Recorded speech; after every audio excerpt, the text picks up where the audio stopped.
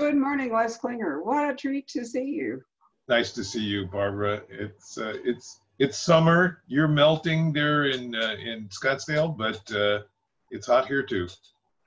I'm holding up my stimulating cup of coffee to get us through this conversation. I'll hold up my Sherlockian cup of coffee. So I love it.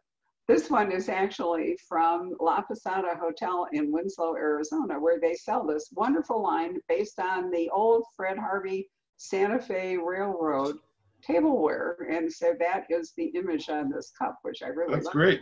Well, this one is a pageant picture of Moriarty, and there's a quote on the other side that says, "You can tell an old master by the sweep of his brush. I can tell a Moriarty when I see one." I love it. Can you hold it up in front of your face? Because it was down below the camera. Sure, here it is. Sure. Okay, I see it. Oh, it's this magazine guy. A nice quote on the back. Wonderful. Well, you are an eminent Sherlockian, so that's so appropriate. It's a requirement that I drink out of those cups. So last time we talked about the haunted library. So why don't we just give that a small riffle to catch up? Where are we? We talked about the Beetle. And yes, the new one. Well, we are very excited. We've now turned in the 6th of the titles. The next one out is Vatek by William Beckford, a very strange book about a caliph who makes a deal with the devil, essentially. Beckford was an Englishman who was a wild guy. He was a great bibliophile, ran off to France, wrote this book in French. It was eventually published. It was a very scandalous book, but it's a terrific book. Vatek, V-A-T-H-E-K. Not very well known. Came out in the very early part of the 19th century. The next one after that is House on the Borderlands, a favorite of mine and a favorite of H.P. Lovecraft's by William Hope Hodgson. A very weird, with a capital W, book about a strange portal to another dimension. And then we have one of my very favorites. And by the way, the introductions for Vatek, we have an introduction by Ramsey Campbell. We have by Joe Lansdale. We have an introduction for House on the Borderlands by Ramsey Campbell. The 5th volume is one of my favorites, The Parasite by Arthur Conan Doyle, and Other Tales of Terror by Conan Doyle, with an introduction by Daniel Stashower, the eminent Conan Doyle biographer. And the last one that we've produced so far is The King in Yellow by Robert W. Chambers, with an introduction by Nick Pizzolatto, the creator of True Detective, who was a huge King in Yellow fan and wrote a brilliant introduction for it. So those are the first 6 volumes. They'll be out basically over the next 12 months. I think 2 are out already, and Vatek is coming soon.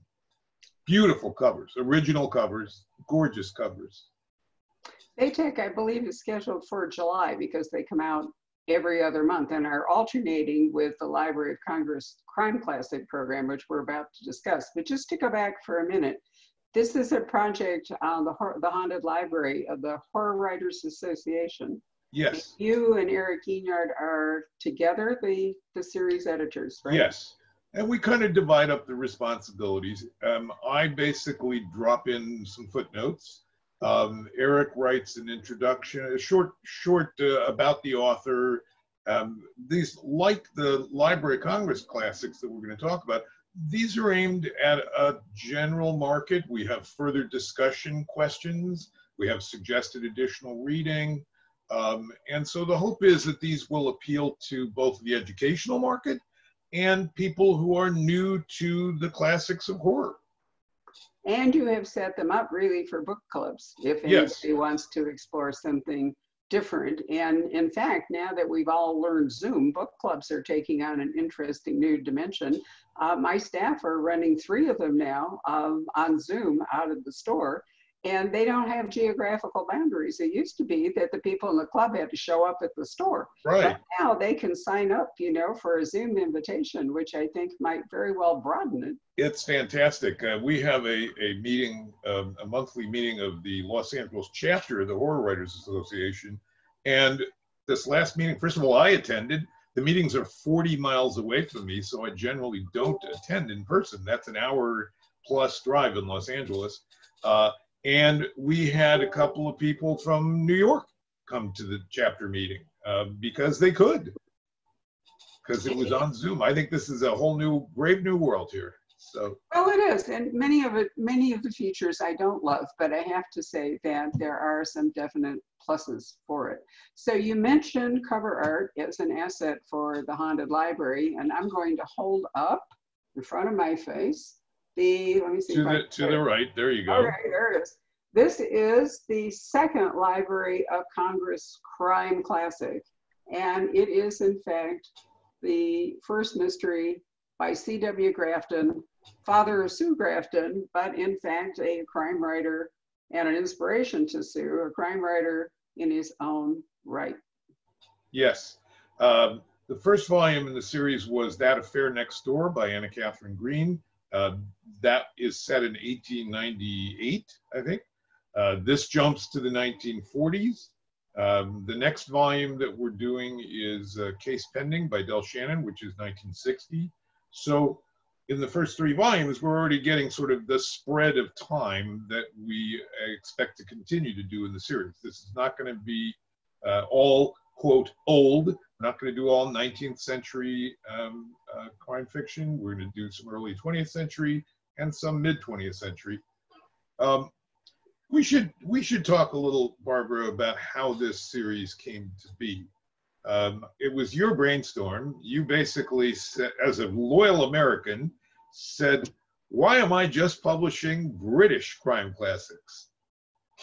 Very true, although it wasn't, I don't get credit for these three projects. They really belong to my husband, Robert Rosenwald, who was the publisher of Poison Pen Press. He acquired the British Library of Crime Classics, which Martin Edwards, who is this year's Diamond Dagger, yes. A great recognition. It's a Lifetime Achievement Award presented by the British Crime Writers Association, and Cartier presents the dagger. I've been to several dagger ceremonies, and they present this gorgeous dagger, and then they take it away. Actual diamonds. They take it away back to the vault, and the winner gets either a nice lapel pin, or I think if it's a woman, earrings. But anyway. That's too bad. Yep, it's a terrific thing. And Martin, I think, has been a brilliant editor for the British Library Crime Classics. And one reason they've succeeded so well is that they tapped into this amazing poster art.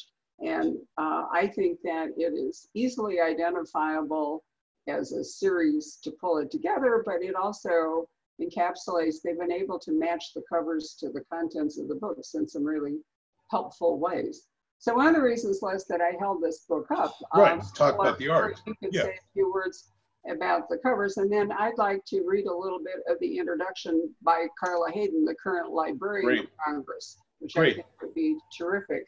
Well, so to emphasize, this is a project, a partnership with the Library of Congress, which means that we have the resources of the library. And part of the sort of underutilized or undersung part of the library is their visual art collection. They have, of course, hundreds of thousands of pieces of visual art in their collection, spanning the centuries.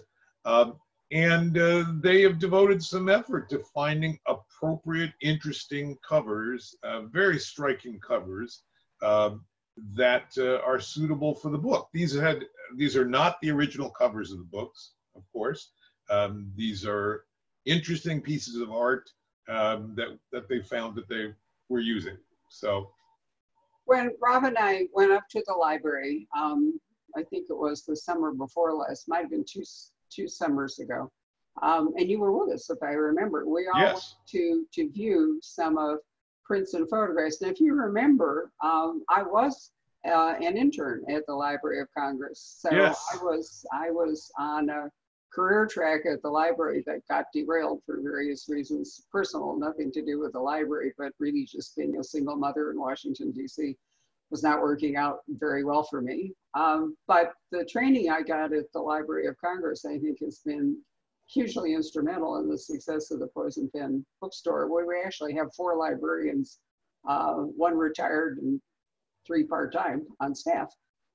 But Rob also has a connection in that his grandfather, Lessing Rosenwald, donated a tremendous collection to the library, which is housed in the Rare Books Department, and there's an actual Rosenwald librarian. So we were probably in a very good position to talk to the library about this project, and they have been fabulous entering into it. And I'm really pleased that Carla Hayden has written this great introduction to this book, The Rat Began to Draw the Rope. And I'm just going to read a little bit of it because... Let's take a brief break. Okay. I want to climb up and get the other covers. And so let's pause for a minute here. All right. I will leaf through here to see what Dr. Hayden, in fact, has to say, because I think that what she says in this paragraph really encapsulates. I'm going to read while you climb, okay? That's all right. So throughout this short history, many authors who paved the way have been lost or forgotten. What she means is the short history of crime fiction, which really, by a sort of consensus, begins in 1841, although perhaps slightly earlier, but 19th century anyway. The Library of Congress Crime Classics brings back into print some of the finest American crime writing from the 1860s to the 1960s, showcasing rare and lesser known titles that represent a range of genres from cozies to police procedurals. With cover designs inspired by images from the library collection, each book in this series includes the original text, as well as a contextual introduction, brief biography of the author, notes, recommendations for further reading, and suggested discussion questions. Now here's the part that I think is the heart of this project, and the one that I particularly want to emphasize. Dr. Hayden goes on to say, our hope is for these books to start conversations, inspire further research, and bring obscure works to a new generation of readers. Yes, I think that's very well said by Dr. Hayden. And I wanted to say a word or two about sort of the mission statement, what we're trying to do. This is not this is not the Penguin Classics or whatever, you know, sort of like reprinting books that are widely available but are the great mystery books. That's not what we're after here. What we're after here are bringing back into the spotlight books that have slipped into the shadows, that no longer get the attention that they should, but are either important or groundbreaking or in some way emblematic of a period of American history, a period of time in our culture and the growth of crime fiction in America. So we think these books are all significant, but they're largely books that have been out of print. So here are the 2 others. This is That Affair Next Door, the first book in the series with a beautiful cover. And this is the 3rd one that will be out, I'm not sure exactly when, Case Pending. Yes, those are dolls. A doll features prominently in the mystery here without giving anything away. This is Case Pending by Del Shannon, a pseudonym of Elizabeth Linnington, a prolific writer of police procedurals. Anna Catherine Green, of course, is thought of as the godmother of American crime fiction. She wasn't the first, but she was the first really successful mystery writer of any gender in America. I'd like to add, since you're right, that this covers a large swath of time and is intended to bring books back into print, that I think it's important that we recognize them in the context in which they were written. These are not expurgated, they are not boulderized, you know. Some of the things in them will seem offensive, especially in the turmoil we're going on today. I mean, if you really read Raymond Chandler, you know, he's has a lot of racist remarks and language and so forth that doesn't play well today, but that's not really the point. I think that you have to look at these books in part as a lens into the culture and, you know, and their time, and that we would be doing a huge disservice if we became like the Reverend Boulder. You know, the New York Times crossword puzzle people, I remember years ago, did an entire crossword puzzle based upon Boulder and Boulderization, and it was really fun to work it with a fellow librarian. But we don't want to be that person, you know, or that company. We want No, to I agree. This is, and to talk about the 3 books in particular. So That Affair Next Door is the late 1890s in Gilded Age in New York. The central figure, the first female amateur sleuth, and very definitely the model for Miss Marple, is Amelia Butterworth. She's an upper class woman of a certain age.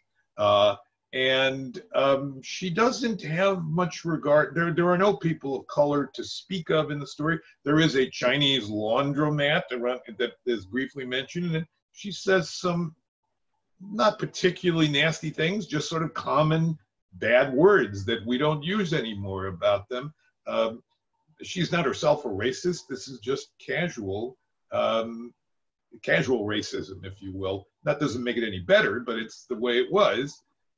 And she doesn't have a great attitude about servants. She doesn't really, you know, have a lot of sympathy for the working women who she meets in the story. Case Pending is 1960. We have the hero of the book, if you will, is Detective Luis Mendoza, the first Mexican-American police officer to be written about in any book that I'm aware of. And the hero of the series by Del Shannon. He's with the Los Angeles Police Department. Now, he has to deal with some Latinos in the context of the book. It's an interesting perspective. I mean, it's 1960. It's not that long after the Zoot Suit riots in Los Angeles. He is of Spanish descent, so he's kind of purebred, if you will. And has a little bit of a superiority attitude about the Mexican people that he meets. But again, I mean, it's a very interesting take on the culture at the time. He doesn't really face any discrimination himself. He has very 1960s attitudes about women. And it's hard to remember that that's now 60 years ago. 1960. It's just frightening to me to think about that. These are now, Barbara, these are historical mysteries now, books set in 1960. And the third one, the one that you showed the cover for, The Rat Began to Know the Rope by Grafton, was written in the early 1940s. And so has, again, some casually offensive attitudes about women. It's very much sort of screwball comedy kind of relationships. And there are a few people of color who come into the picture. They're not significant characters. They're just sort of minor characters. But again, it's very evocative of the 1940s. I absolutely believe that we have to take a clear-eyed look at our history. You know that I edited a massive collection called Classic American Crime Fiction of the 1920s. And that was a terrible time, for example, to be an Asian in America. And yet I included in there, the first book is the first Charlie Chan mystery, and had to talk about the relations between the Chinese and the Japanese communities in Hawaii and the white community in Hawaii. These are not things to be proud of, but they're our history. And if we don't understand our history, we can't see how screwed up things are today, or we don't really understand how they got that way. I couldn't agree more. Let me back up for a moment. In fact, The Rat Began to Gnaw the Rope by C.W. Grafton is the second one, and The Limington Yes. is the third one, which will be, this is June, it would be August. But my mother was an insatiable mystery reader and a huge fan of Del Shannon and Elizabeth Limington. So I actually read all of her work in real time. What's I think important about Del Shannon in part is that she, I think, is the first woman to write police procedural. Yes.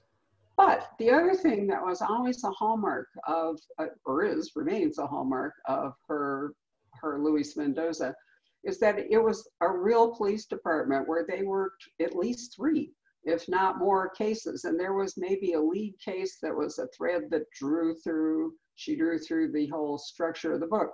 But it was a working police department, and they didn't drop everything to focus on just one crime, but they were busy doing a number of things. And it's actually quite a good antecedent in that respect to Bosch, the TV series, where and her characters come across as real people. They have home lives. They aren't brilliant. They are dogged, if you will, more than anything else. Like Hillary was Last Seen Wearing, which, by the way, is going to be the 5th book in the series, I think. What we see here in these books is the triumph of police procedures, not the brilliant amateur detective, not the terrible coincidence, not the private investigator. We see the police doing their jobs and doing it in the way that only the police can do it, which is to throw a lot of manpower at a job and canvass the neighborhoods and interview lots of witnesses and cast the nets very broadly in solving crimes. So in that respect, the books are very realistic. They're a very different kind of realism than we saw in the 1940s, or the 30s and the 40s with the hard-boiled. They're a different kind of, they're more real, if you will. Yes, they have the language of the streets.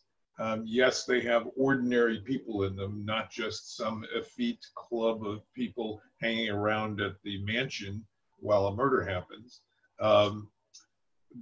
But they are the way it is in real life in police stations. And Del Shannon, Lennington did, of course, have interactions with the police. She met police. She inserted herself into their lives and procedures so that she could understand it and get it right.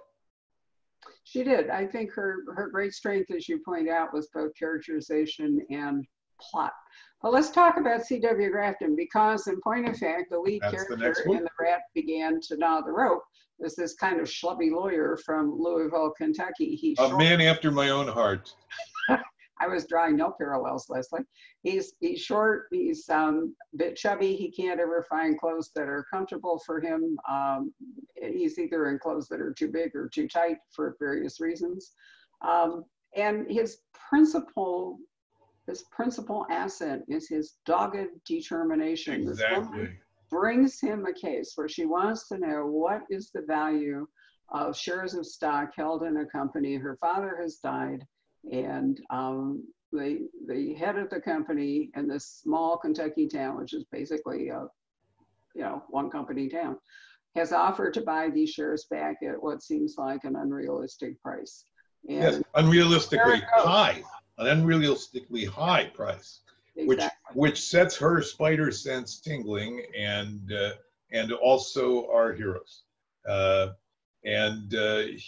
You're absolutely right. I mean, his defining characteristic as a sleuth. I mean, he's not stupid. He makes some good observations and so on. There is a twist ending. I mean, we really don't see coming who the villain turns out to be. But yeah, they ticked him off, and he just doesn't want to let go. I mean, the very first chapter, as I recall, he goes to this small town to investigate, and somebody takes a shot at him. Well, that's really sets him off. It's like, really? There must be something going on here. And he is dogged, very good word, dogged about his pursuit of interviewing the witnesses, talking to the people, and trying to figure out what's going on. Grafton wrote a second book in the series. He had actually, the title, by the way, this very odd title, is from a very old fairy tale about kind of a witch character who has a lot of trouble going. She keeps finding that the people and the animals that she meets along the way aren't doing their job until she finally gets to the solution, and then the fire began to burn, the rope began to, the cat, etc. The rat began to know the rope, etc. So there's a lot of titles. There are actually 8 lines, and he had planned an 8-volume series. He did write a second one, which isn't quite as good, but it's interesting. And then got his attention diverted. He wrote a standalone that was actually very well regarded. Standalone meaning not part of this series, not following the same detective. And Sue Grafton said that she actually had the outlines of what he had planned to do with the rest of the series, but unfortunately it just never saw the light of day. He dropped mystery writing. He was a little disappointed that he wasn't going to have a career at it. And he went back to practicing law, which is what he did very successfully as a municipal bond lawyer for many years. And in point of fact, this book requires somebody who really does understand law in order to make the plot work.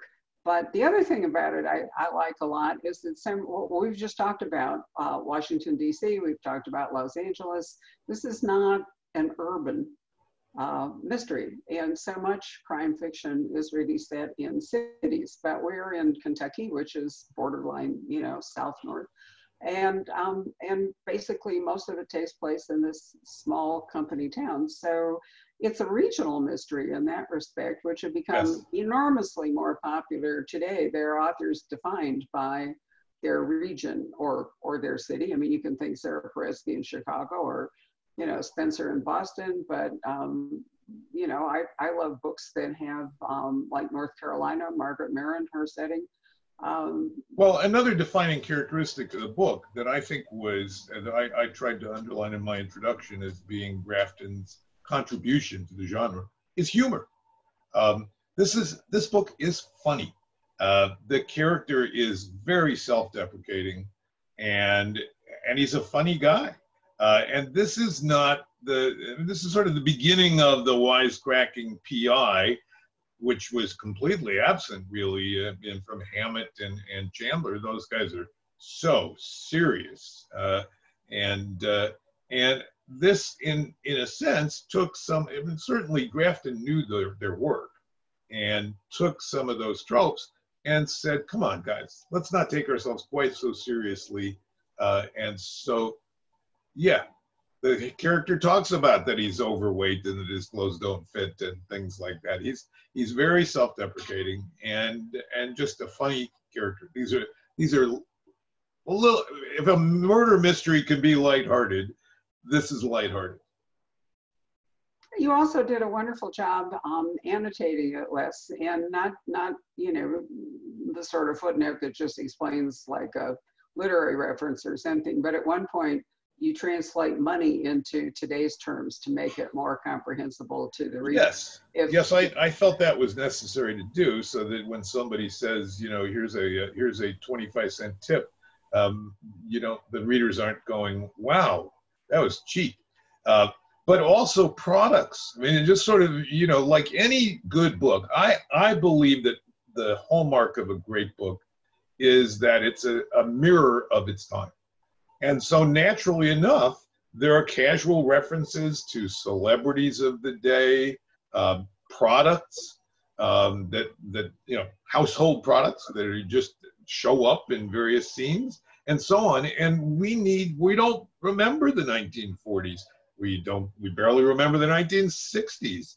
So I've tried to put in notes that have helped the reader understand what the heck is bluing, or whatever the reference is.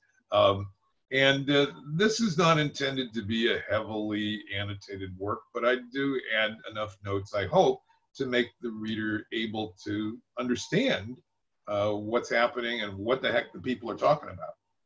Well, the deceased father of the young woman who comes to the office and asks to become a client, to have him and the lawyer investigate why the man who runs the company is offering an inflated price. The father made $35 a week. Those were good wages. But Those were very good wages. were they really good enough to send one child to, I think it was Princeton, and another child to Sweetwater? Was it really good Yes. enough to buy a new Buick? And was it really good enough for him to have paid purported $10,000 for this block of stock that is now in question? But you know, that would be hard for today's reader to work out if you didn't put in the modern equivalencies of what these sums are too, because I mean, the book does depend in part upon numbers, upon financing the plot. Yes, we have to time travel a bit here, and there are concepts that'll seem familiar, but without some help, we may not understand them properly. And that's, of course, one of my favorite things to do, is to dig out these little things in the books and supplement the books. I mean, none of these authors need my help to write a great book. But I like to make them, I hope, more enjoyable for the reader by helping them understand some of these things that are sort of out of context or that they don't have the context for. Well, I'm not an acquisitions editor in this process, but I did go back and look at a few books that I thought were significant at the time anyway, that were sort of, if not classics, certainly bestsellers in their time. And a couple of them really worked for me and a couple of them did not. For example, I went back to look at Francis Parkinson Kai's book, Dinner at Antoine. That was terrible. I hated it.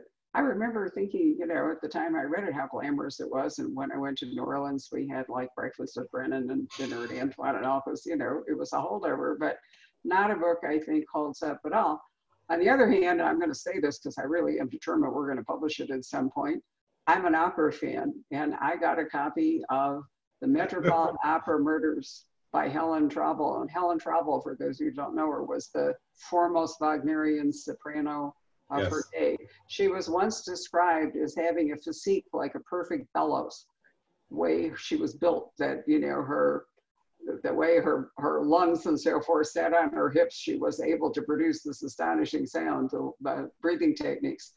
And she only wrote the one mystery, but it's absolutely great. And for opera lovers, the end of it, which I won't give away, is particularly fun. So I really would like to see us do that one. I think it was written in the 50s or the very early 60s.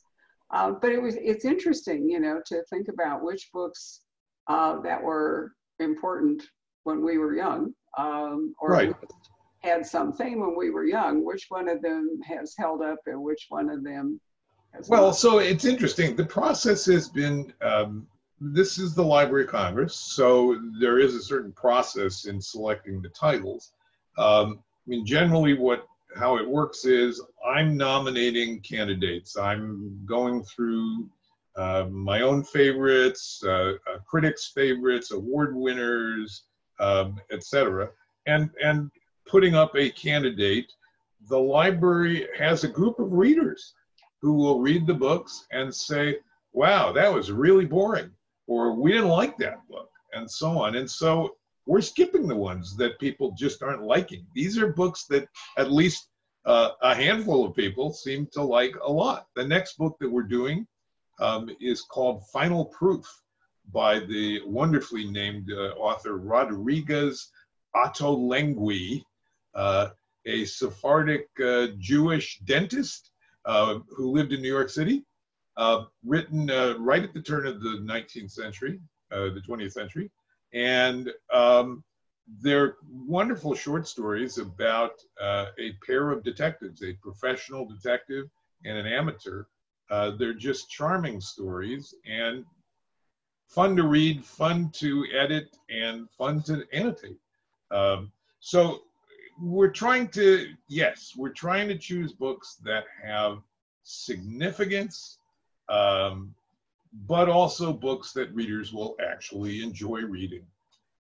Well, the library, it is our national library after all. It's also our copyright depository library. It really does have these amazing resources. And, you know, as you and I are not young, and this torch will probably pass on to other people. And I'm really glad that the library is involved in it. And I hope it's a project that they keep going when you and I are no longer an active part of it.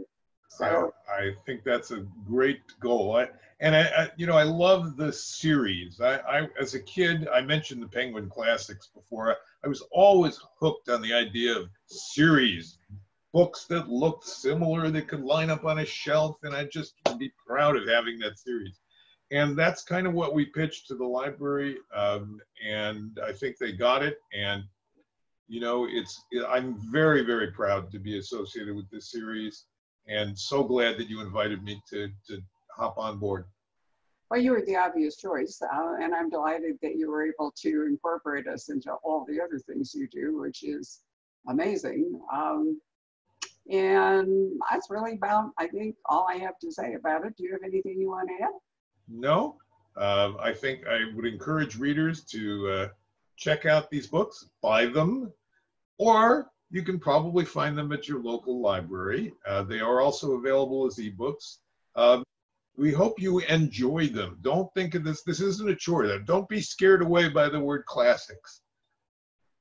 Well, one of the again, few benefits of the pandemic that we have certainly discovered at the Poison Pen, and I think is true in a more general bookstore realm, is that people who now have time are actually going back in reading classics. We have been supplying books to people that we haven't sold for years, many of which, in fact, we can't even get our hands on now because they don't stay in print forever. So I think that this series is publishing at an important moment when there's likely to be more appetite for it, and it's likely to ground people in the basics of this enormously popular genre and give them a chance then maybe to appreciate new fiction even more as it draws upon or mirrors some past fiction.